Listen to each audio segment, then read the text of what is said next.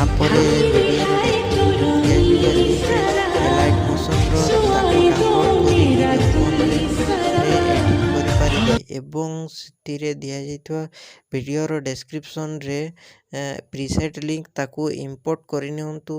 ତାପରେ ସେଥିରେ ଆପଣ ଯାହା କିଛି ଚେଞ୍ଜ କରିବାକୁ ଚାହୁଁଛନ୍ତି ତାହା ଚେଞ୍ଜ କରିପାରିବେ ଏବଂ ନ ଚେଞ୍ଜ କରି ମଧ୍ୟ ଆପଣ ତାକୁ ସିଧା ଡାଉନଲୋଡ଼୍ କରିପାରିବେ। ଯଦି ଭିଡ଼ିଓଟି ଭଲ ଲାଗିଥାଏ ଚ୍ୟାନେଲଟିକୁ ସବସ୍କ୍ରାଇବ୍ ଆଣ୍ଡ ଭିଡ଼ିଓଟିକୁ ଲାଇକ୍ କରିନିଅନ୍ତୁ।